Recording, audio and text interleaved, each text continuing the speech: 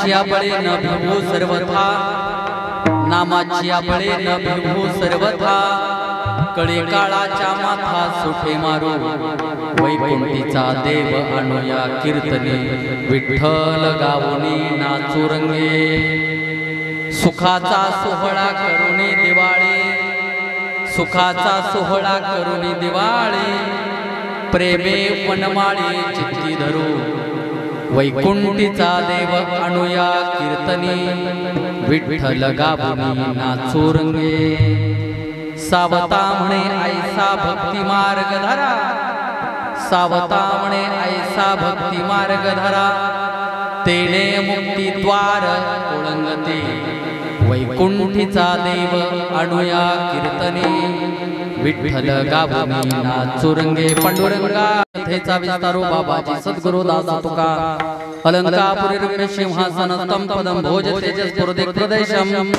विधेंद्रादिदैवे सदा स्तुयमानं समाधिस्थ मूर्तिम भजे ज्ञानदेवं, नमो ज्ञानदीपा,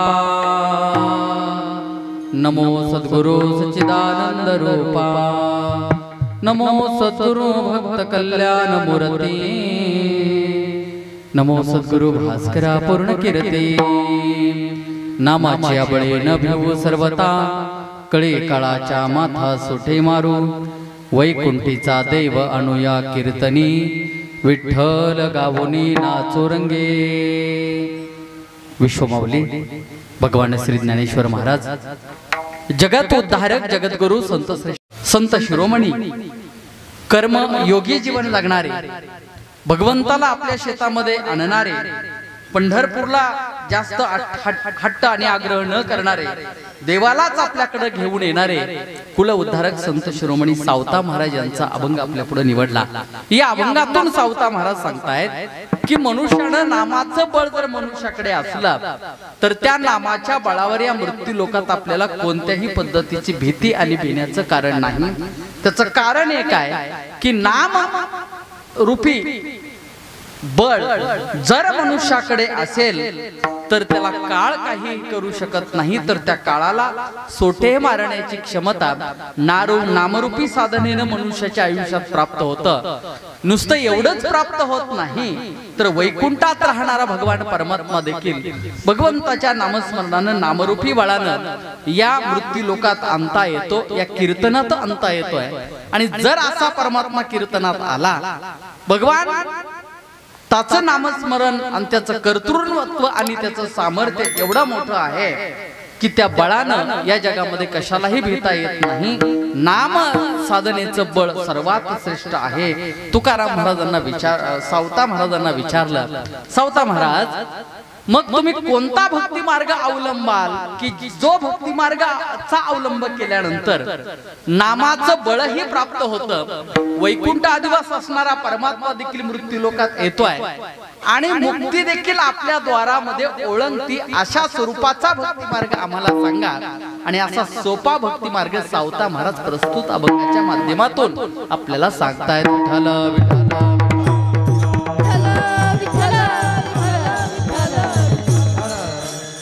आवाज जरा क्लिअर करा बरं का। हॅलो हॅलो, विठ्ठल विठ्ठल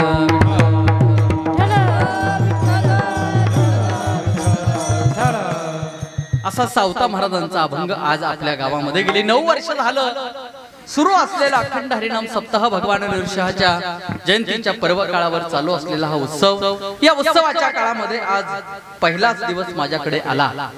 पहिल्या दिवसाचा अभंग मी ज्या परंपरेत आहे, मी ज्या परंपरेतून येतो आहे ते संत शिरोमणी सावता महाराज, त्या सावता महाराजांचा अभंग मी आपल्या सेवेसाठी निवडला। आज हे महाराज मंडळी आहेत, बंकट स्वामी महाराजांच्या संस्थेतील ही विद्यार्थी मंडळी, गावकरी मंडळी, मला एक प्रश्न आता कीर्तनाच्या आरंभी विचारायचा आहे। गावात तरुण पोरांचा दुष्काळ पडला की काय? पोरं कुठे गेली? दुसरा उत्सव भरा बरं, तिथं कशी पोरं गोळा होतात, किती गर्दी करतात, आई बापाला सांगावं लागतं अरे पोरांनो तिकडे जाऊ नका, तरी पोरं तिकडे जातात। आणि कीर्तनाचा मंच आहे, गावात कार्यक्रम चालू आहे, कीर्तनाचा उत्सव चालू आहे आणि अशा उत्सवाच्या काळामध्ये तरुणांना मार्गदर्शन होईल असा उत्सव असतो। उत्सवाच्या काळामध्ये भक्तीची बीजारोपण होतं, उत्सवाच्या काळामध्ये उत्साह अधिक वाढत असतो आणि अशा उत्साहामध्ये सप्ताह या ठिकाणी गावातील वारकरी मंडळी, भाविक मंडळी, श्रोते सज्जन मायबाप मंडळी येऊन हा कार्यक्रम या ठिकाणी साजरा करतायत। आज किती वाजले ते? कीर्तनाची वेळ ही खरी नसते। कीर्तन किती ते किती असतात? 10 ते 12 कीर्तन कधीच नसतात।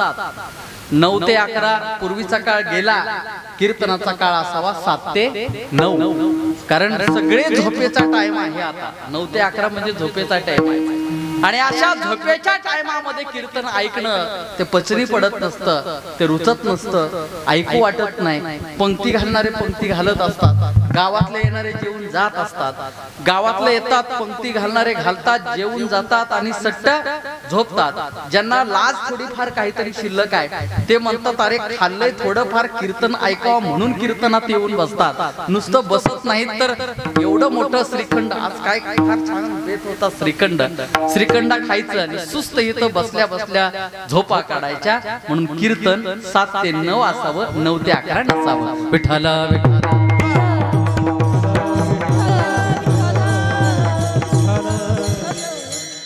सावता महाराजांचा अभंग आहे। सावता महाराज म्हणतायत की आपल्याला भक्ती मार्गाचा अवलंब केला पाहिजे। संतांनी अनेक मार्ग सांगितले, अनेक मार्ग या मृत्यू लोकात आहेत। मनुष्यानं कोणत्या मार्गाने जावं, ज्या मार्गाने मनुष्याच्या आयुष्याचा विकास होईल, ज्या मार्गाने मनुष्याच्या आयुष्यात काही बदल होईल, काही परिवर्तन होईल, अशा मार्गाने मनुष्यानं स्वतःच्या आयुष्यात जावं। मार्ग पुष्कळ असतात, काही मार्ग व्यवहाराचे असतात, काही मार्ग संसाराचे असतात, काही मार्ग व्यापाराचे असतात आणि काही मार्ग भक्तीचे असतात। मग आपण कोणत्या मार्गाने जायचं? आपण भक्तीच्या मार्गाने जायचंय। संसाराच्या मार्गाने जगात अनेक गेले, अनेक जात आहेत, परंपरा आहे जगाची आहे, जगाचा इतिहास। या मृत्यू लोकात जन्माला आल्यानंतर तो कसा जरी अडाणी मनुष्य असला, अज्ञानी मनुष्य असला, याच्या पुढे जाऊन सांगतो मूर्ख मनुष्य असला तरी देखील तो संसाराची वाटचाल करत असतो। संसाराची वाटचाल करायला या जगात कुणालाही सांगावं लागत नाही। संसार कसा करावा हे सांगावं लागत नाही, व्यवहार कसा करावा हे सांगावं लागत नाही। मनुष्य परंपरेनं,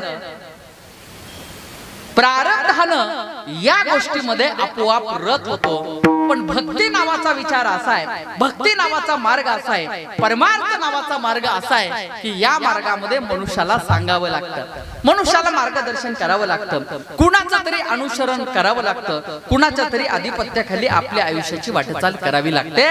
तुकाराम महाराज म्हणताय की अनेक मार्ग या जगामध्ये आहेत, अनेक मार्ग जगामध्ये आहेत, पण कोणत्या मार्गाने आपल्याला जायचं, कोणत्या विचाराने आपल्याला जायचं, कोणता मार्ग आपल्याला स्वीकारायचा हे मनुष्याला निश्चित असल्याशिवाय मार्गाची उखल होत नाही, मार्ग निश्चित कळत नाही। कोणता मार्ग आहे की ज्या मार्गाने संत गेले त्या मार्गाने आपल्याला जायचंय। विठ्ठल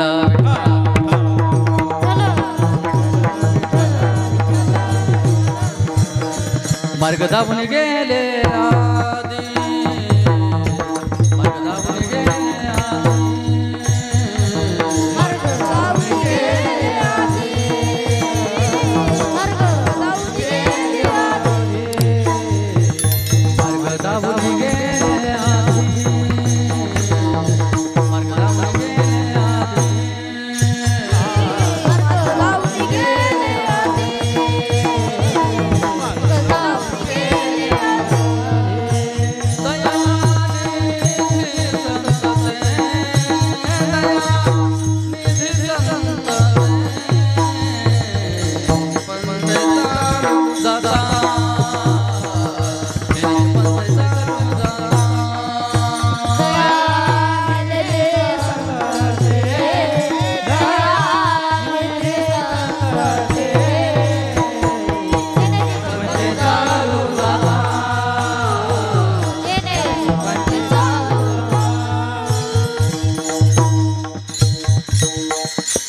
मार्ग दावून गेले आधी, दया निधी संत ते उतरला पकवाच येण्याची पंथे चालू जाता, न पडे गुंथा कोठे काही तुकोबर आहे मला वाटतं निळोबर आहे असं प्रमाण आहे. मार्ग दावुनी गेले आधी दयाने ते अर्थात संत दयानिधी आहेत. संतांनी आपल्याला मार्ग दाखवला.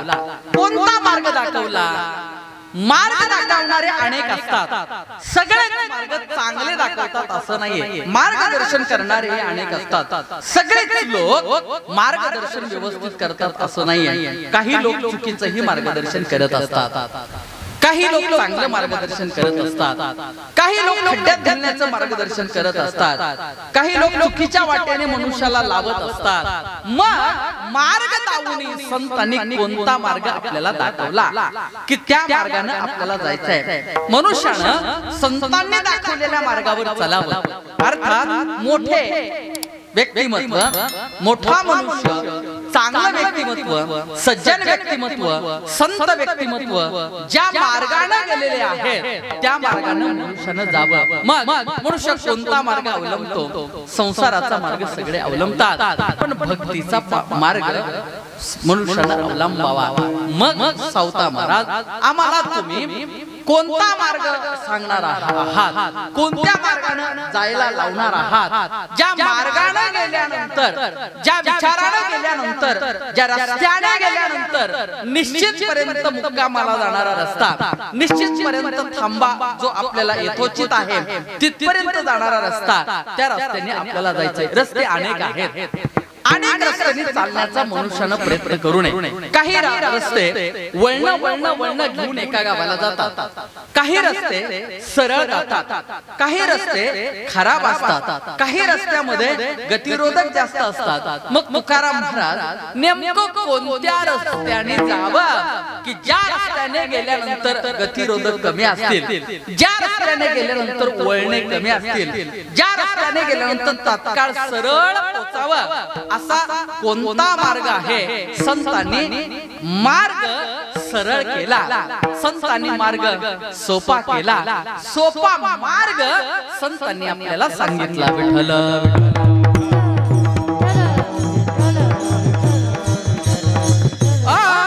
केला राजा मार्ग चाले आईचा, केला राजा मार्ग चाले आईचा, केला राजा मार्ग चाले आईचा, केला राजा मार्ग चाले आईचा. बोलनिया वाटा सूक्ष्म दुष्टना केला राजा मार्ग चाले आईचा, केला राजा मार्ग चाले आईचा. बोलनिया वाटा केला राजा मार्ग चाले आईचा, मोडून या वाटा सूक्ष्म दुस्तर केला राजमार्ग चाले ऐसा. राजमार्ग संतांनी सरळ केला. राजमार्ग म्हणजे काय? राजमार्ग शब्दाची व्याख्या काय आहे? जिथं कोणताच अडचण नसते त्याला राजमार्ग असं म्हणतात. दोन शब्द महत्वाचे मी वापरले, अडसर आणि अडचण. कोणतीच नसते त्याला राजमार्ग म्हणायचा. संतांनी असा राजमार्ग सोपा केला. सावता महाराज असा कोणता राजमार्ग आहे, कोणता सरळ मार्ग आहे ज्या मार्गाने गेल्यानंतर मुक्तीच्या दारापर्यंत पोहोचेल, ज्या मार्गाने गेल्यानंतर मोक्ष प्राप्त होईल, ज्या मार्गाने गेल्यानंतर मनुष्याचं कल्याण होईल असा मार्ग आम्हाला तुम्ही सांगा. सावता महाराज म्हणताय असा भक्ती मार्ग तुम्ही तुमच्या आयुष्यात धरा. असा भक्ती मार्गाचा अवलंब करा की तो भक्ती मार्ग घेतल्यानंतर राजमार्ग सरळ होईल. पण दुसरा विचार सावता महाराज सांगतायत की मुक्तीच्या द्वारापर्यंत जाऊन पोहोचेल. असं मुक्तीचं द्वार कशाला प्राप्त होईल तर हरिपाठात ज्ञानेश्वर महाराज सरळ सांगतात मुक्तीचं द्वार कशाला प्राप्त होईल, मुक्तीपर्यंत कसं पोहोचल. मुक्तीपर्यंत पोहोचण्यासाठी, मुक्तीच्या दारापर्यंत जाण्यासाठी काहीच करण्याची आवश्यकता नाही. ज्ञानोबरांनी हरिपाठात त्याचं उत्तर दिलं. विठ्ठल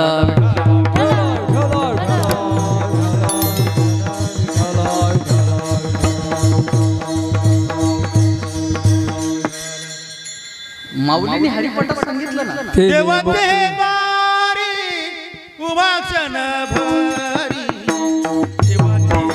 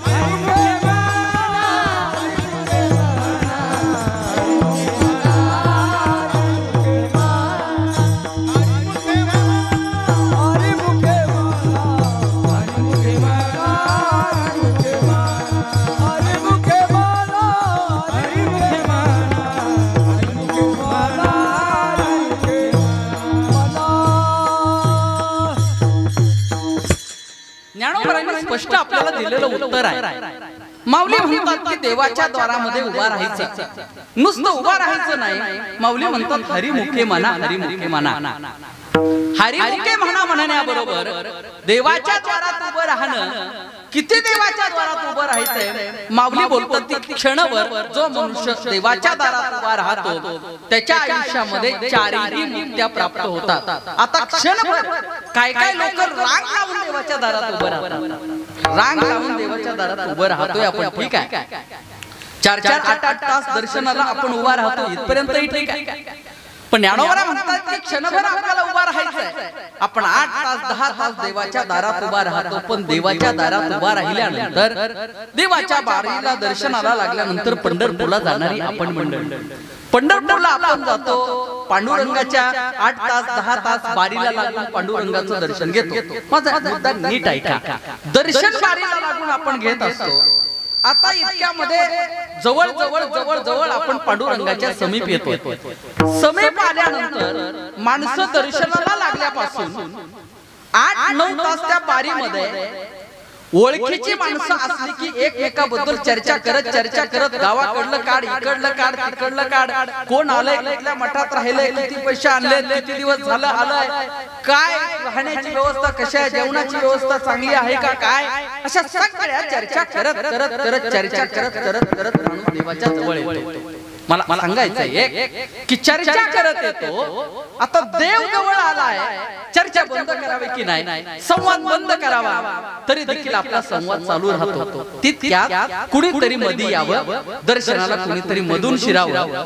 आता 10 तास दर्शनाच्या बारीला लागला, देव जवळ आलेला आहे, मधून कुणीतरी घुसला की लगेच ही सगळी लोक त्याला भांडायला सुरुवात करतात. आता देव जवळ आलेला आहे, दुसऱ्या मिनिटाला पांडुरंगाचं दर्शन होणार आहे. अशा काळात ही लोक भांडण करायला सुरुवात होते, लोक चर्चा करतात. इथं मला नियम एक सांगायचा आहे, देवाच्या दर्शनाला जात असताना ओळखीच्या माणसाच्या सोबत कधीही देवाच्या दर्शनाला जायचं नाही. त्याचं कारण आहे, ओळखीचा माणूस असला की चर्चा सुरू होते, संवाद सुरू होतो. अनोळखी माणूस असला की होत नाही. माणूस त्याच्याही फार चमत्कारिक आहे. एसटीत बसल्या बसल्या ओळख करतात. आता इथे एसटीत बसायचं, सीटवर दुसऱ्या स्टॉपला उतरायचंय, तेवढ्या मिनिटात त्याची लगेच तू कुठल्या गावचा, तुला कुठं जायचंय, कुणाकडे गेला होता, कशासाठी गेला होता. बसल्या बसल्या 10 मिनिटात माणसाला सवय लागलेली असते, जास्त बोलायची सवय माणसाला लागलेली असते. अर्थात जास्त बोलायची सवय आहे, देवाच्या दारात जातो तरी देखील चर्चा 8 तास उभा राहिला मग ते 8 तास उभा राहून मुक्ती प्राप्त होत नाहीये. माऊली म्हणतात की या 8 तासाची आवश्यकता नाहीये. आवश्यकता कोणत्या मिनिटाची आहे, आवश्यकता कोणत्या क्षणाची आहे. ज्या क्षणाला परमात्म्याचं दर्शन होईल, ज्या क्षणाला आपण देहभाव विसरून जाईल, ज्या क्षणाला आपण कोण आहोत याचाही ज्या ठिकाणी विसर पडतो, तो क्षण हा देवाच्या दारात जर आपल्याला घडला तर अशा काळामध्ये प्राप्ती होते. तेने मुक्तिचारी साधेल्या विठ्ठल विठ्ठल. मग म्हणतात की ह्या मुक्ती आपल्याला प्राप्त करायच्या. देवाच्या दारात क्षणभर माणसं उभा राहतात, क्षणभर नाही किती तास उभा राहतात. तुकोबऱ्या म्हणतायत, ज्ञानेश्वर महाराज म्हणतायत मुक्ती प्राप्त होते. मग ज्या भक्ती मार्गाने आपल्याला मुक्ती प्राप्त होते असा भक्ती मार्ग सावता महाराज म्हणतात करा, की जो भक्ती मार्ग केल्यानंतर तुमच्या आयुष्यात मुक्ती प्राप्त होईल. नवे नवे मुक्ती तुमच्या चरणाशी येईल, मुक्ती तुमच्या द्वारावर लोळेल, मुक्ती तुमच्या घरात येईल. असा भक्ती मार्ग धरा. विठ्ठल विठ्ठल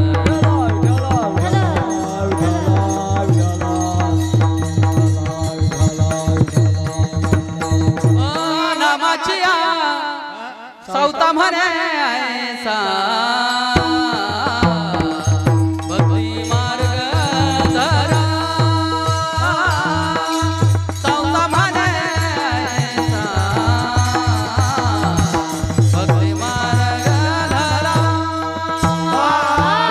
सावता म्हणे ऐसा भक्ती मार्ग धरा.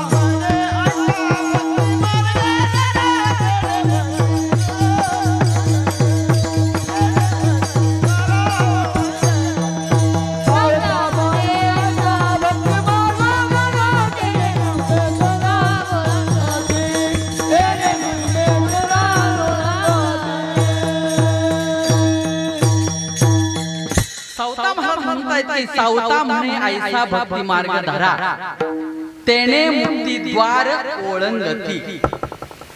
मुक्ती द्वार सावता म्हणे ऐसा भक्ती मार्ग धरा, तेने मुक्ती द्वार ओळंगते.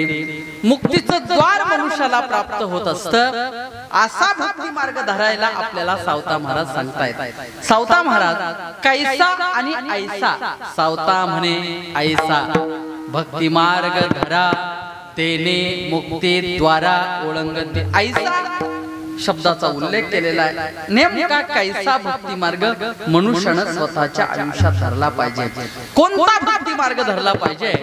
सावता महाराज म्हणतायत जो सोपा असणारा भक्ती मार्ग आपण आपल्या आयुष्यात ठरला पाहिजे. बाकीच्या मार्ग सोपे नाहीत. योग सोपा नाहीये, याग सोपा नाहीये, प्राणायाम सोपा नाहीये, तपश्चर्या सोपी नाहीये, काहीच सोपं नाही जगामध्ये. जगामध्ये एकच सोपं आहे, ते भगवंताचं नामस्मरण करणं. हे सगळ्यात सोपं साधन आहे. हे सोपं साधन धरा.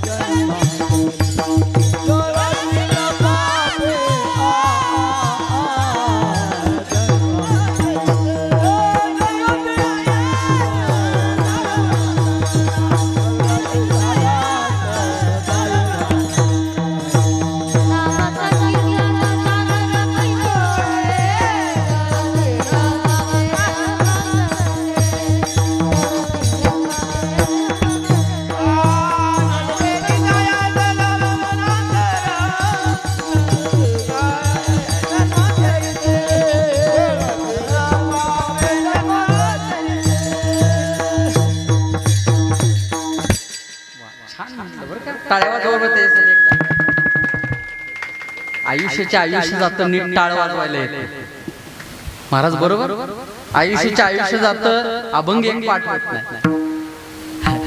आयुष्य जात तंबाखू खाण्यामध्ये, संसाराच्या चर्चा करण्यामध्ये. पोरग केवढा येते त्याच्या मागे म्हणून दाखवा बरं एखाद्याने. मी चॅलेंज देते, त्याच्या मागे जर कोणी म्हटलं इथलं तर किती सुंदर म्हणताय विठाला.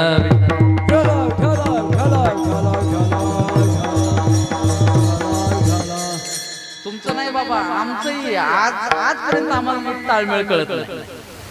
कळतंय का महाराज? ह्या वयात शिकलं पाहिजे बरं का. सोपं साधन सांगतायत सावता महाराज आपल्याला. कोणता भक्ती मार्ग धरा ज्या भक्ती मार्गामध्ये कोणतीही अडचण नाही. नाम संकीर्तन साधन पै सोपे, जडतील पापे जलमांतरीचे. सोपं साधन महत्वाचं आहे. अवघड साधनाच्या भानगडीत पडायचं नाही, अवघड विचाराच्या भानगडीत पडायचं नाही, अवघड लोकांच्या भानगडीत पडायचं नाही, अवघड भक्तीच्या पंथाच्या भानगडीत पडायचं नाही. भक्ती पंथ सोपा असला पाहिजे आणि भक्ती पंथ सरळ असला पाहिजे. तुकोबारांनी नाटाच्या अभंगात त्याची चर्चा केली. भक्ती पंथ सोपा, सोपा भक्ती पंथ आहे. भक्ती पंथ इतका सोपा सांगितला, तास तास पूजा करायला भक्ती पंथात सांगितलं नाहीये.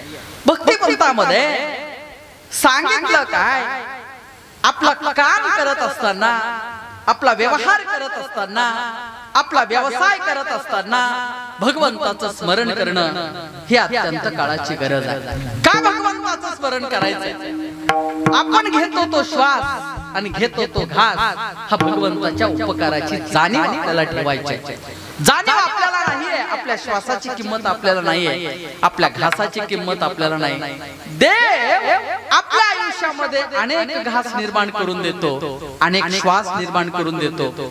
कोणता घास देव आपला शेवटचा ठेवील सांगता येत नाही, कोणता श्वास देव आपला शेवटचा ठेवील सांगता येत नाही. ज्याने श्वास दिला, ज्याने घास दिला, त्या भगवंताचं नामस्मरण आपल्याला करायचं आहे. मग ते करत असताना कुठं करायचंय? दुसरी तिसरीकडे जाऊन करायचं नाहीये, जंगलामध्ये जाऊन करायला सांगितलं नाही. न लगती सायास जावे वनांतरा जाण्याची आवश्यकता नाहीये, सगळं सोडून देण्याची आवश्यकता नाहीये. सगळ्या व्यवस्थेत राहून भगवंताची भक्ती करता येतं हा सिद्धांत आपल्याला तुकोबाऱ्यांनी सांगितला.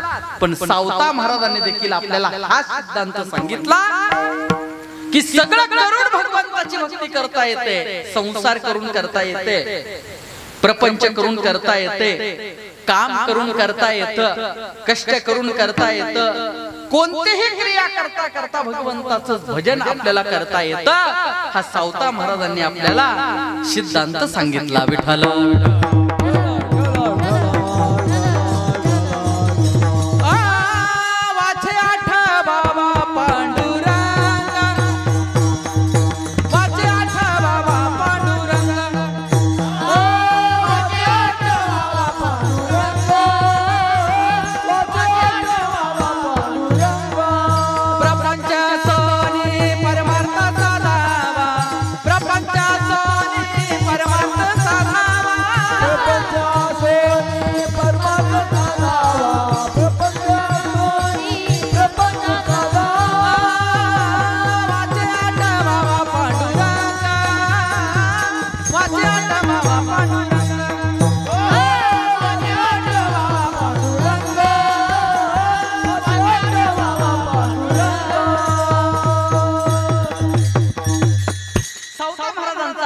प्रपंचासनी परमार्थ साधावा, वाचे आठवावा पांडुरंग, शेवटच्या चरणात सावता महाराज सांगतात. सावता म्हणे कांते जपे नामावळी, हृदय कमळी धरा काही. अर्थात प्रपंचासनी परमार्थ साधता येतो हा संतांनी आपल्याला सिद्धांत सांगितला. जगद्गुरु तुकोबार आहे, प्रपंचामध्ये राहत आहे आणि प्रपंचामध्ये राहून परमार्थ साध्य करतायत. बघा, प्रपंचामध्ये राहून परमार्थ साध्य करता आला पाहिजे हा भक्तीचा सर्वात मोठा सिद्धांत आहे. सगळं सोडणं म्हणजे परमार्थ साध्य करणं नव्हे. तुकोबाऱ्यांनी काहीच सोडलं नाहीये, सगळं केलं आणि सगळं करून परमार्थाचा उच्च बिंदू तुकाराम महाराजांनी स्वतःच्या आयुष्यात साधला. निळोबाऱ्या आरती त्याची चर्चा करतात. प्रपंच रचना सर्व भोगून त्यागिली. खरंय का? प्रपंच रचना सर्व भोगून त्यागिली. सर्व प्रपंच रचना सर्व ही भोगून त्यागिली. अनुतापाची ज्वाला देहबुद्धी हरविली. वैराग्याची निष्ठा प्रगटून दाखविली. अहमता ममता दौडून निज शांतीवरिली. जय जयाजी सद्गुरु स्वामी तुकया दातारा तारक तो सकळांचा जीवलग स्वयरा. अर्थात निळोबाऱ्या आरती करताय तुकाराम महाराजांची आणि सांगतात प्रपंच रचना काय केली? सोडून दिली. असं म्हटलं का निळोबाऱ्यांनी?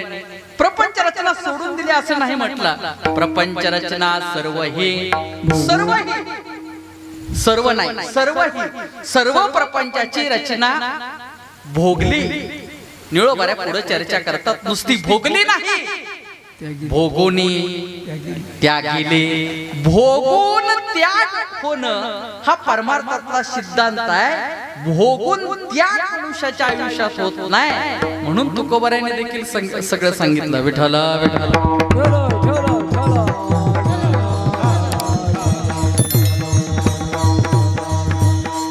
भोगून त्यागणं गरजेचं आहे. तुकोबाऱ्यांनी संसार भोगला आणि संसार त्यागला. अर्थात त्या संसारामध्ये राहून तुकोबाऱ्या सर्वश्रेष्ठ झाले. त्या संसारानं तुकाराम महाराजांना एवढ्या उंचीवर नेऊन ठेवलं. किती उंचीवर नेऊन ठेवलं? अणुरेनो या थोकडा तुका आकाशा एवढा. गिळुनी सांडिले कलेवर नाशियेला भवभ्रमाचा आकार. सांडिले त्रिपुटी. तुकोबारे चर्चा करतात एवढ्या उंचीवर या संसारानं तुकाराम महाराजांनी नेला. ज्या उंचीवर तुकाराम महाराजांना ज्या संसारानं नेला तो संसार तुकाराम महाराजांनी सोडला का? सोडला नाहीये. तुकाराम महाराज नेहूनच राहत आहे. त्यांची पत्नी सोबत. पत्नी त्रास देते, संसार तुकाराम महाराजांना त्रास देतोय. आणि अशा त्रासलेल्या संसारामध्ये, दुःखाच्या संसारामध्ये, दुःख बांधवडी आहे हा संसार, सुखाचा विचार नाही कुठे. अशा संसारामध्ये संसाराच्या अंगी अवघीच व्यसने आम्ही या कीर्तने शुद्ध झालो. अशा संसाराच्या व्यवस्थेमध्ये तुकोबाराय जगतायत. आणि या संसाराच्या व्यवस्थेमध्ये राहून आपल्याला सांगताय की आम्ही परमार्थाचा उच्च मानबिंदू कमवला, आम्ही परमार्थाच्या उच्च अवस्थेवर जाऊन थांबलो. याचं कारण काय? कशात सोडला नाही, त्यागला नाही, काहीच केलं नाही, राहिलं त्या संसारात. आता ज्यांनी संसार भोगला आणि ज्यांनी संसार त्यागला, संसार कुणाला कळतो? ज्यांनी केला नाही त्याला कळतच नाही, ज्यांनी केला नाही त्याला कळत नाही, ज्यांनी केला त्यांना कळतो.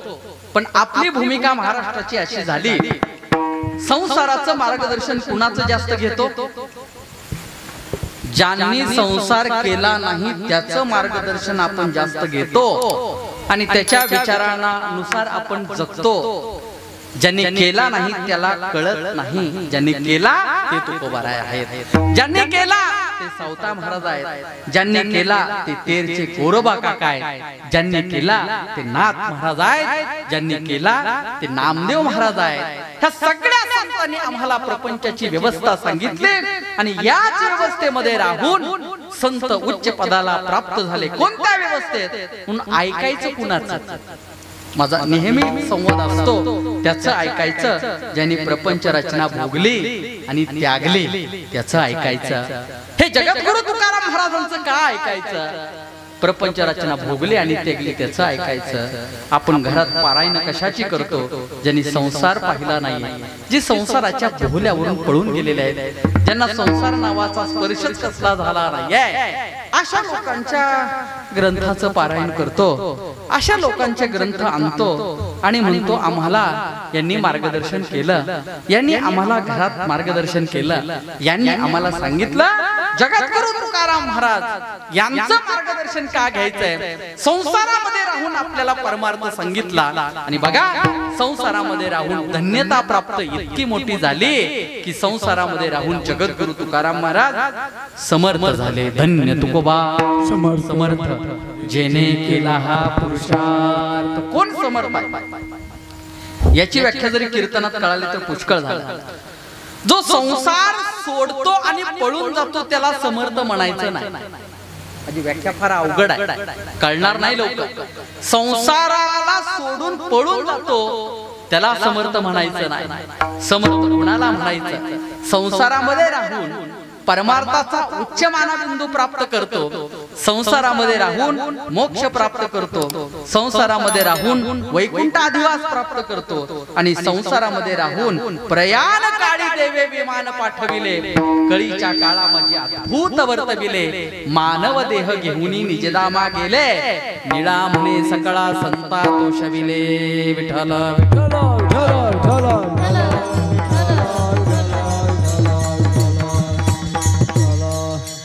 संसारामध्ये राहून जगद्गुरु तुकाराम महाराज समर्थ झाले.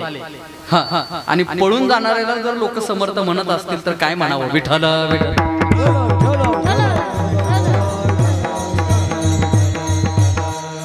तुकोबाराय या संसारामध्ये राहिले आणि तुकोबाराय समर्थ झाले. धन्य तुकोबा समर्थ, जेने केला हा पुरुषार्थ. म्हणून संसारामध्ये राहून करता येते हा सिद्धांत सांगितला. मग या संसारामध्ये भक्ती करत असताना सोपं साधन तुकाराम महाराज कोणतं आहे? सोपं साधन काय आहे? सोपा मार्ग कोणता आहे की या संसारामध्ये राहून आम्हाला करता येईल, या व्यवहारामध्ये राहून आम्हाला करता येईल? असं एकच साधन आहे, ते भगवंताचं नामस्मरण. आणि हे नामस्मरण जर आपण केलं, नामस्मरण केल्यानंतर काय होईल त्याचं उत्तर सावता महाराज अभंगाच्या पहिल्या चरणात देतात. नामाची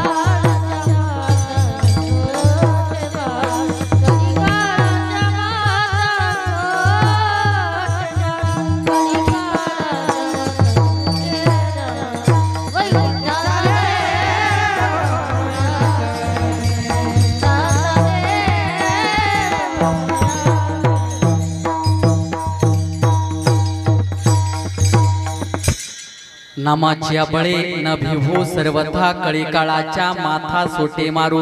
नामाचं भगवंताच्या बळ आहे. हे बळ कमवता येतं, ते संसारात राहून पण कमवता येतं. सावता महाराजांनी संसारात राहून हे नामाचं बळ कमवलं. गोरोबा काकाने संसारामध्ये राहून हे नामाचं बळ कमवलं. नाथ महाराजांनी संसारामध्ये राहून हे नामाचं बळ कमवलं. किती बळ या नामाच्या माध्यमातून प्राप्त झालं, भगवंताच्या स्मरणातून किती बळ प्राप्त झालं. सावता महाराज म्हणतात की कळी काळाच्या माथा, अर्थात कळी काळाला आम्ही मारण्याचं बळ, कळी काळावर मात करण्याचं बळ भगवंताच्या नामस्मरणानं प्राप्त होतं. रामेश्वर भट्ट म्हणतात भगवंताच्या नामस्मरणानं एवढं मोठं बळ प्राप्त होतं, यात नवल नाही. तुकाराम महाराजांच्या नामस्मरणानं देखील हेच बळ प्राप्त होतं. नाम घेता का पे यमा, नाम घेता का पे यमा, नाम घेता का पे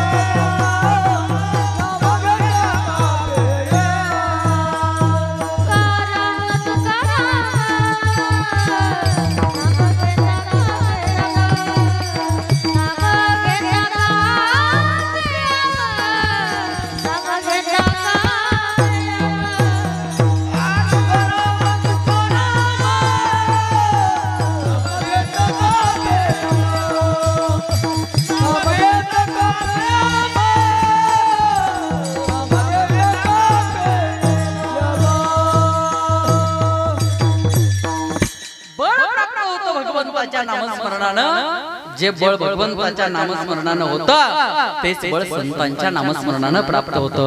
भगवंताच्या नामस्मरणानं काय बळ प्राप्त होतं, काय मिळतं भगवंताच्या नामस्मरणानं? नामाच्या बळे न बिहू सर्वता, न भिन हे सर्वात मोठं माणसाकडे बळ असलं पाहिजे. कशाला प्राप्त होतं? भगवंताच्या नामानं तत्सोबतच केलेल्या भक्तीनं हे बळ प्राप्त होतं. माणसाकडे बळ असावं लागतं. कशाचं? चार पद्धतीचं बळ शास्त्रकार त्याची चर्चा करतात. माणसाकडे आत्मबळ असावं लागतं, माणसाकडे प्रारब्धाचं बळ असावं लागतं, माणसाकडे स्वतःचं बळ असावं लागतं आणि माणसाकडे भक्तीचं बळ असावं लागतं, माणसाकडे भावाचं बळ असावं लागतं आणि माणसाकडे नामाचं बळ असावं लागतं. बळाच्या अनेक प्रकारची चर्चा केली जाते. सगळ्यात मोठं बळ मनुष्याकडे असलं पाहिजे, त्याला आत्मबळ म्हणतात. ते कधीच कमी झालं नाही पाहिजे. माणूस जगतो कशानं? माणूस अन्नानं कमी जगतो, अन्न खातो त्यानं माणूस कमी जगतो. माणूस आत्मिक बळानं जास्त जगत असतो. मनाचं बळ कधी कमी होऊ द्यायचं नाही.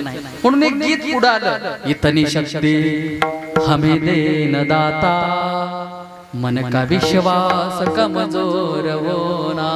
इतनी शक्ती हमें देना दाता, देवा एवढी शक्ती दे की आमचा विश्वास काय झाला न पाहिजे, मन का विश्वास कमजोर न होना. अर्थात स्वतःचा विश्वास कमी नाही झाला पाहिजे, अर्थात स्वतःचं बळ माणसाकडे असलं पाहिजे. भगवान युद्धामध्ये आहेत, अर्जुन युद्धामध्ये आहे. अर्जुन युद्धामध्ये सगळे सैनिक त्या ठिकाणी आहेत.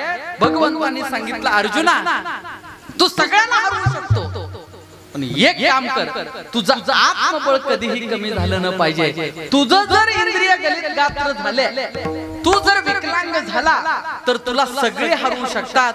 म्हणून आपण स्वतःची शक्ती विसरून बसायचं नाही, अर्थात स्वतःचं बळ प्रबळ करायचं, इतकं प्रबळ करायचं. आणि ते बळ ज्या वेळेला आपण विसरून बसतो, कर्तृत्व असून देखील काही करता येत नाही. छोटस उदाहरण सांगतो. हनुमंतराय उड्डाण करायच्या तयारीत आहे. कुठून हनुमंताने उड्डाण केलं? कुठून? रामायण ऐकून कटाळा आला, पोथ्या पाड रामायण ऐकून. कुठून हनुमंताने उड्डाण केलं? मी सगळं सांगणार नाही, छोट्या मुद्द्यावर सांगणार. मी काय करता सांगत बसत नसतो. हनुमंतराय उड्डाण करायला लागले. उड्डाण करायला लागल्यानंतर हनुमंतराय उड्डाण करण्याची जी शक्ती आहे, जे सामर्थ्य आहे, जे कर्तृत्व आहे, ते विसरून बसले. विसरून बसल्यानंतर सगळे नळ नीळ जांबवंत सगळे त्या ठिकाणी आले. आल्यानंतर सगळ्यांनी सांगितलं, हनुमंतराय तुमच्याकडे एवढं बळ आहे, एवढं कर्तृत्व आहे, एवढं सामर्थ्य आहे. जलमल्या तुम्ही उद्धार केलं आणि उगवत्या सूर्याला तुम्ही गिळंकृत करण्यासाठी तिथपर्यंत गेला. तुम्हाला तुमच्या कर्तृत्वाची, तुमच्या उड्डाणाची, तुमच्या सामर्थ्याची जाणीव करून देतोय. तर न सगळ्या वानरांनी हनुमंतरायांना आठवण करून दिली. हनुमंतराय तुम्ही विसरले, तुमच्याकडे एवढं बळ आहे. त्या विसरल्यानंतर जाणीव करून दिली आणि सांगितलं तुम्ही जर विसराल तर अवघड होईल. म्हणून त्या ठिकाणी हनुमान चालीसा गायली गेली. आणि हनुमान चालीसा जेव्हा गायली गेली तेव्हा हनुमंतरायांना स्वतःच्या बळाची काय झाली, जाणीव झाली, क्षमता प्राप्त झाली त्यांच्याकडे.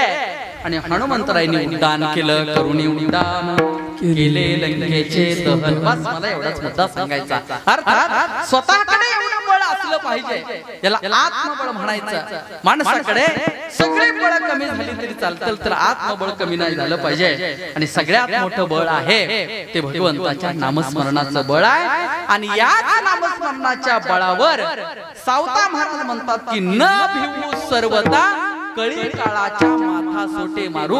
आम्ही काळाला देखील भिणार नाही. काळाला भिणारे सगळे आहेत, पण जो नामस्मरण करतो, तो भगवंताचं नामस्मरण करतो, तो काळाला कधीही घाबरत नाही. आपण सगळे काळाला घाबरतोय.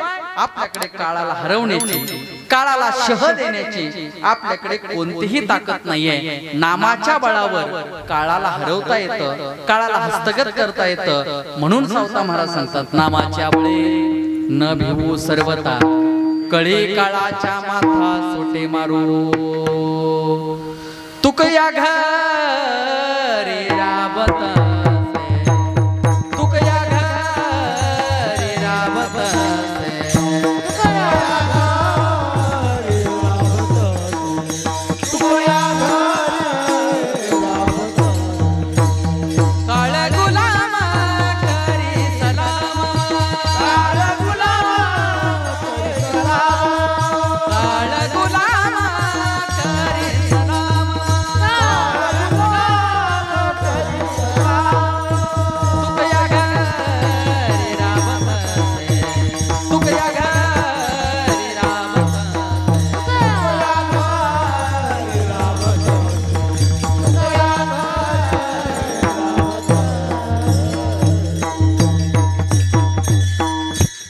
गुलाम करी सलाम तुकया घरी राबत असे. काळ संतांच्या चरणावर येतोय, काळ संतांची सेवा करण्यासाठी येतोय.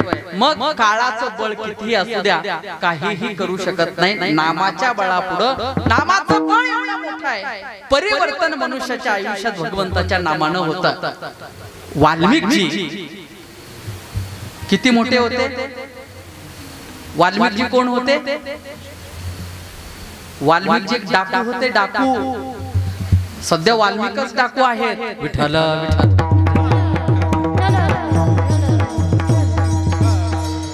वाल्मिकजी बद्दल बोलते बरं का. तुम्ही तिकडे निघा, तुम्हाला बीड जिल्हा जवळ आहे, लगेच तिथंच आहे.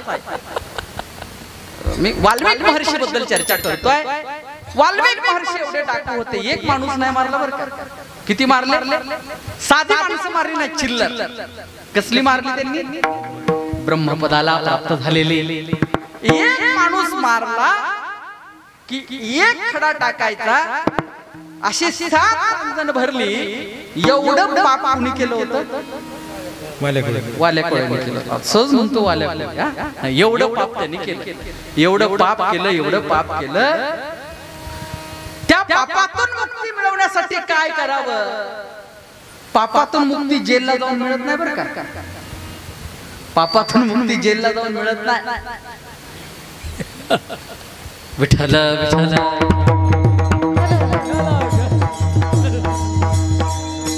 पापातून मुक्ती मिळवण्यासाठी भगवंताचं नामस्मरण करणं काळाची गरज आहे.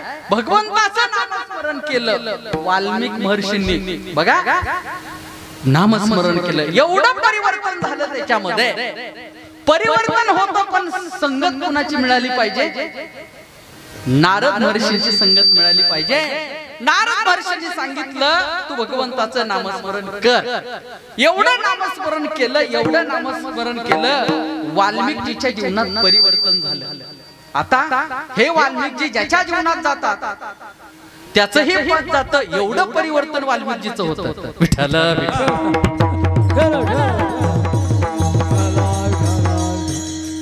वाल्मिकी किती मोठे कर्तृत्वान असतील काय कळतच नाही मला. एवढे कर्तृत्वान वाल्मिक महर्षी मिळाले, एवढं सामर्थ्य वाल्मिकींना प्राप्त झालं. एकेकाळचा गुन्हेगार, एकेकाळचा डाकू भगवंताच्या नामस्मरणानं परिणाम इतका झाला, इतका परिणाम झाला. केले रामायण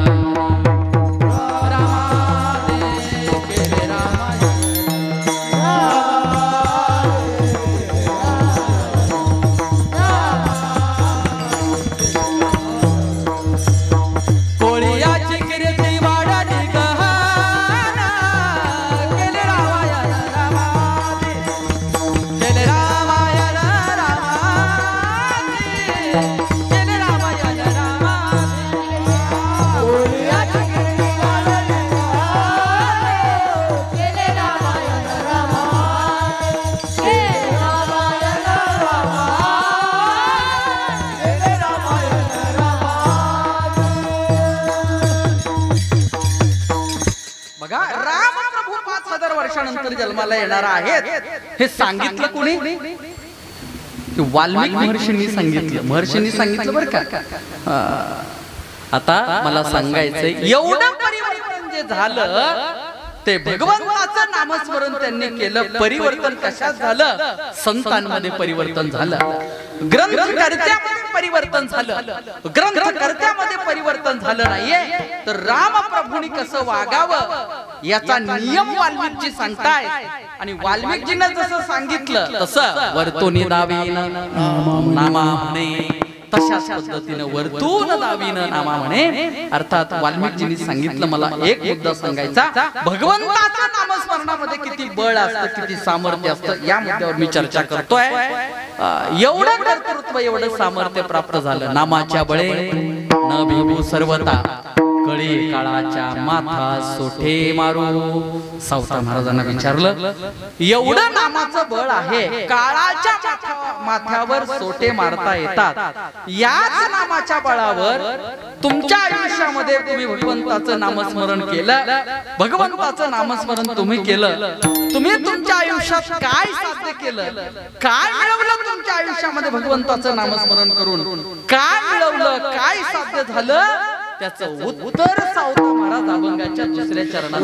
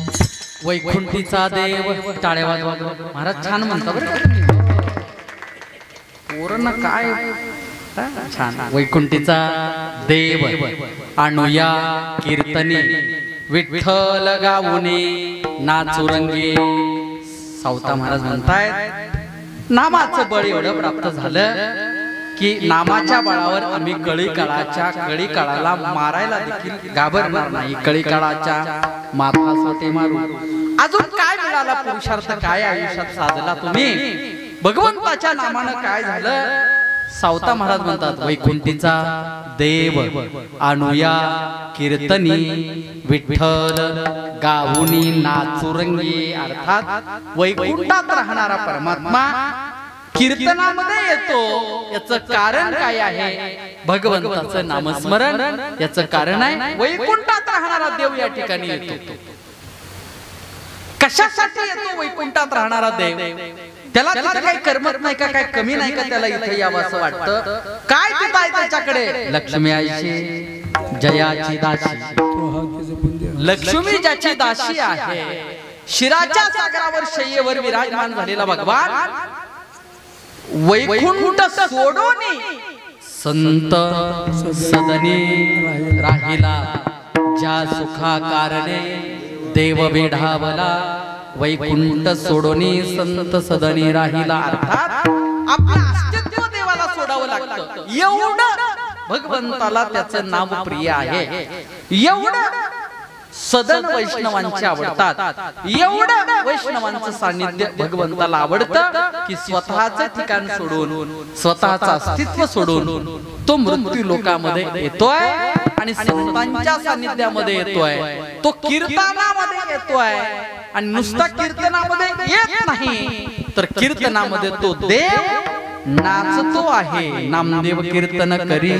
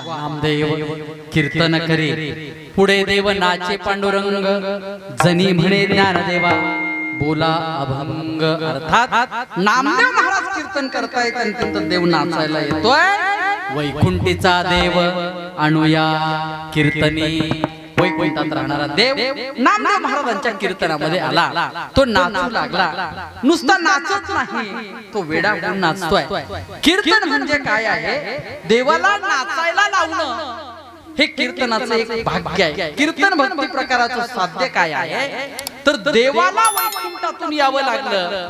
हे कीर्तन भक्ती प्रकाराचं साध्य आहे. पण कीर्तन भक्ती प्रकार काय आहे? या कीर्तन भक्ती प्रकारामध्ये वैकुंठात राहणारा देव जर कीर्तन चालू असेल तर त्या ठिकाणी येऊन तो देव नाचतो. हा कीर्तन भक्ती प्रकाराचा काय आहे? महिमा आहे. विठ्ठल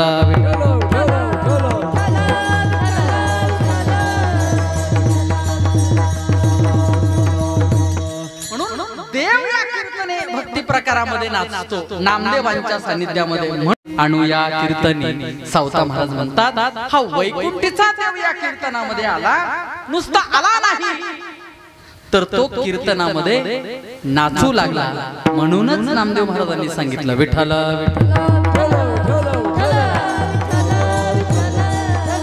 नाचू कीर्तनाचे रंगी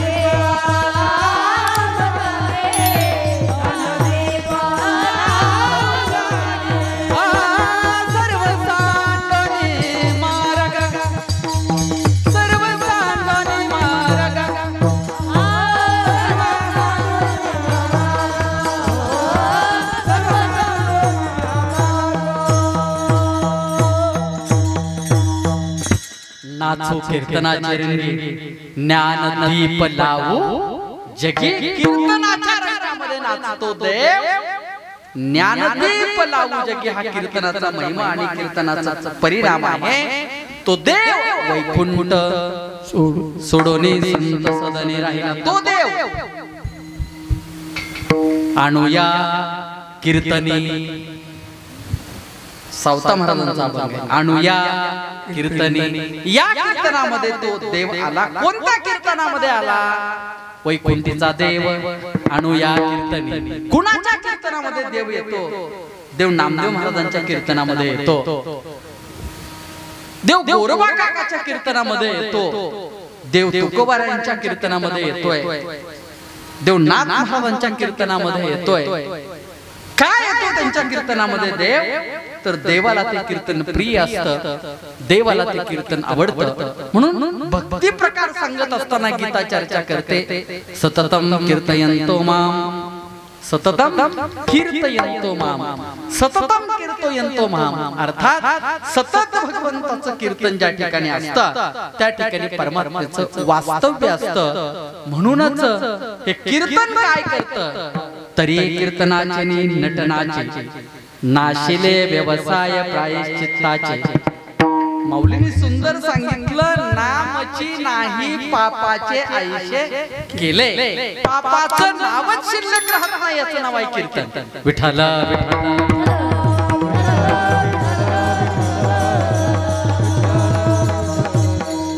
अशा कीर्तनामध्ये वैकुंठीचा देव आणूया कीर्तनी. संतांनी वैकुंठाचा देव कीर्तनामध्ये आणला. कीर्तनामध्ये आणला. तो कीर्तनामध्ये नाचू लागला. सावता महाराजांना विचारलं अशा देवाच्या सानिध्यामध्ये जर तो कधी देव कीर्तनामध्ये आला, तो कीर्तनामध्ये नाचू लागला तर तुम्हाला काय आनंद होईल? सुखाचा सोहळा करोनी दिवाळी.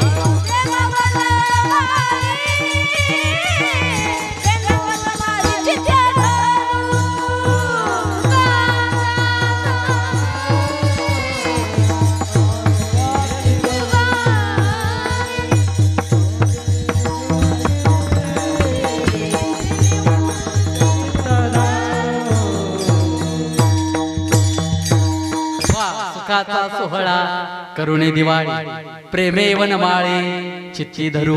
अर्थात जर वैकुंठाचा देव कीर्तनात आला तर सावता महाराज म्हणतात सुखाचा सोहळा करुणे दिवाळी प्रेमे वनमाळे चित्ती धरू. सुखाचा सोहळा होईल. कीर्तन हा सुखाचा सोहळा आहे. भक्ती सुखाचा सोहळा आहे. भक्ती सुखाचं साधन आहे. आणि असं सुखाचं साधन आयुष्यात आल्यानंतर सुखाचे व्यवहारे सुख लाभ झाला. सुखाचे व्यवहारे सुख लाभ झाला. आनंद कोंदला मागे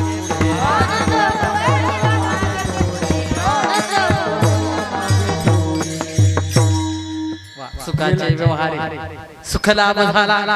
आनंद कोंदला मागे पुढे. प्रोत्साहन दिलं पाहिजे बरं का. गावातली टाळकरी का कमी झाली सांगू का मला? माझा अनुभव आहे. जे काही जुने टाळकरी असतात, जुने टाळ वाजवणारी भजनी असतात, पुरे मंदिरात येऊ लागली, टाळ घेऊ लागली की ह्यांनी काय म्हणायचं, महाराज तुला वाजवायला येत नाही, टाळ टाळ ठेव तर निघ घरी. त्याच्यामुळं पोरं मंदिरात यायचं बंद, पोरं टाळ घेण्याचं बंद झाली. जुन्या काळामध्ये किती टाळकरी असायचे गावात, भरपूर असायचे. आता काय झालं, नवीन पोरं का तयार होत नाही. ही पुढील लोक जोपर्यंत संप्रदायात आहेत ना तोपर्यंत नवीन पोरं तयार होत नाही. संप्रदाय लय विचित्र झाला आमचा.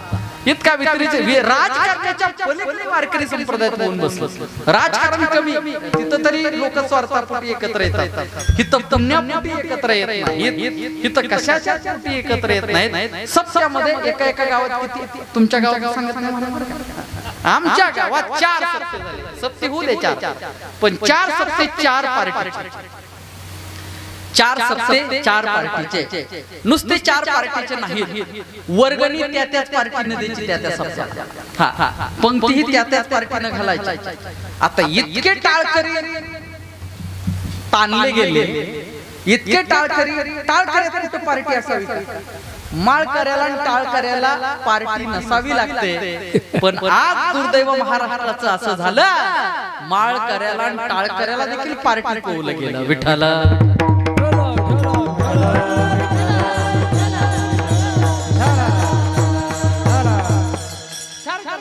एकच सप्ताह दणक्याबाज करायचा. 4 सप्ते इथं थोडं तिथं थोडं तिथं थोडं. काय कामाचं? वाट्यावरचा माल माहिती आहे? वाट्यावरचा माल बाजारात गेल्यावर काय होतं, बाजार मोडीत ज्या वेळेला येतो त्यावेळेला त्या बाजारात वाटे माहिती आहेत का महाराज? 10 रुपयाला वाटा घेऊन कसलाही माल त्याच्यात असतो, सडीक पडीक तो वाटा घेऊन जायचा. असे संप्रदायाचे काय झाले, वाटे झाले. त्याच्यामध्ये कोणताच माल चांगला राहिला, सगळा गाळा. विठ्ठल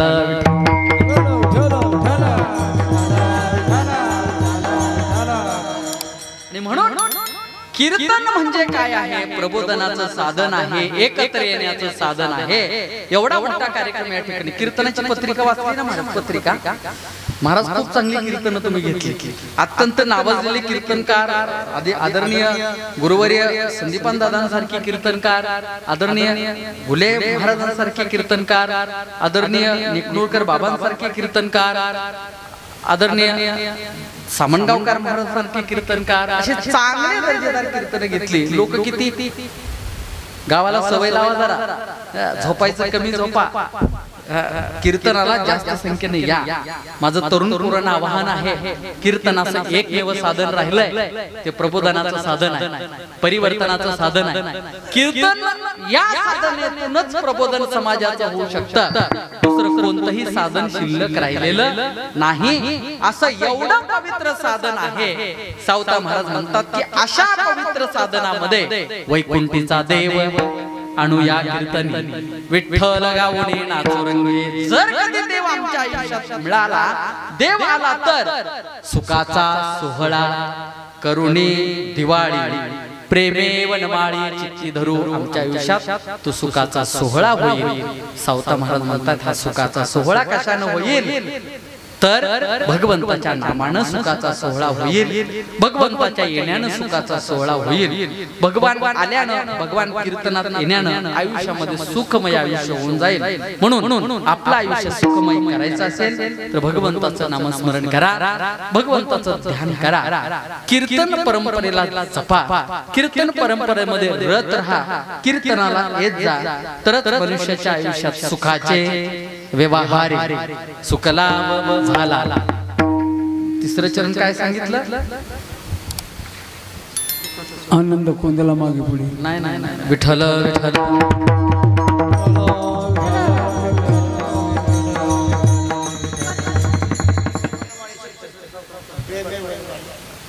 त्याच्या आधी काय? सुखाचा सोहळा करुणी दिवाळी, प्रेमेव नवाळी चित्ती धरू.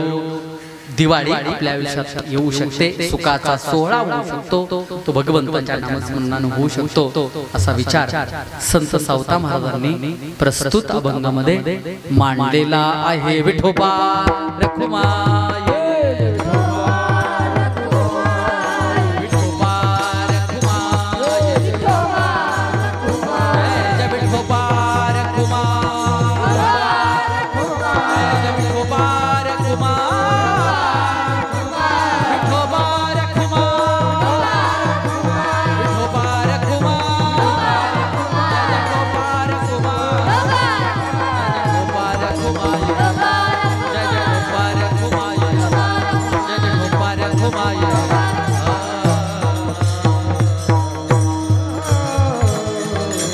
नामाच्या बळे न भिवू सर्वता कळी काळाच्या माता सोटे मारू.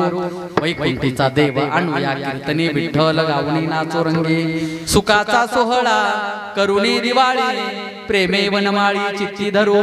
वैकुंठीचा देव आणूया कीर्तने, विठ्ठल गावणी नाचो रंगे. सावता म्हणे ऐसा भक्ती मार्ग धरा, तेने मुक्ती द्वार ओळंगते.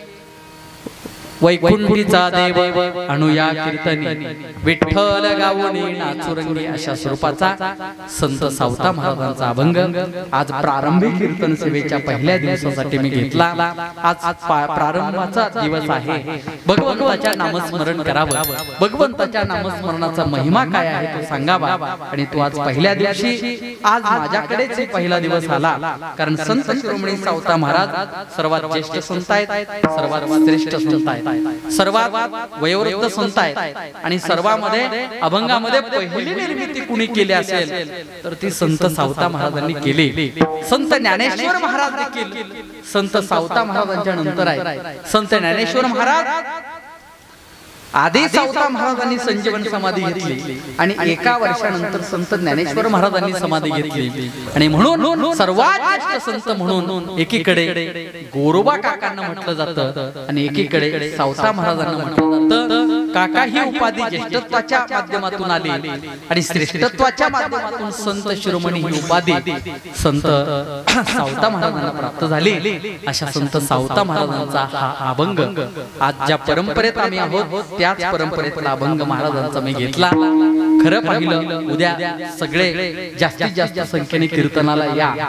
गावातल्या आपल्या आपल्या पोरांना सांगा, यात्रा असल्यावर बाकीचं असल्यावर पोरं 1-1, 2-2 वाजेपर्यंत गावात धिंगाणा करत बसतात.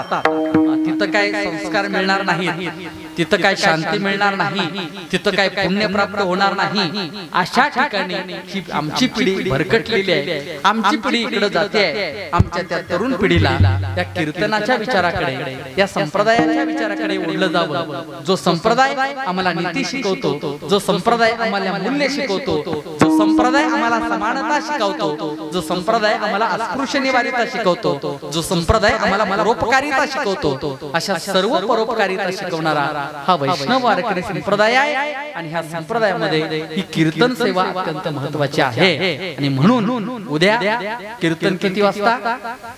7 ते 9, 8 ते 10 करा. झोपते ती सगळी हो, सगळ्याला विचार, सगळ्याला. आम्ही सगळीकडे कीर्तन करतो माऊली, 7 ते 9 करतो. आमचा आग्रह नाही, पण झोप लागती, कीर्तन कळत नाही. उगा घरी झोपायचं म्हणून इथं येऊन डुकल्या खायचं, याला काय मजा नाही. म्हणून किती वाजता? किती वाजता सांगा, सगळे सांगा. महिला मंडळी माता भगिनींनो, गावातल्या तरुण पुरुष सगळी बघा किती तरुण बसलेले आहेत. सगळी 40, 25, 30च्या आतली तरुण मंडळी समोर बसलेले आहेत. सांगा बरं किती वाजता? का 8 ते 10 करा तरी जमतंय. 8 ते 10 करा, काय अडचण नाही. 8 ते 10 देखील चांगला आहे. 8 ते 10 करा, 8 ते 10 करा, काय अडचण नाही. चांगला 8 ते 10 करा. सुंदर असं नियोजन आदरणीय महाराजांनी केलं. चांगले कीर्तनकार आहेत, सगळे संतांच्या परंपरेतील. उद्या जगद्गुरु तुकाराम महाराजांचे वंशज 16वे वंशज आमचे मार्गदर्शक श्री पुरुषोत्तम महाराज मोरे. पुरुषोत्तम म्हटलं की तिकडच जातं माणसाचं नाव. विठ्ठल विठ्ठल.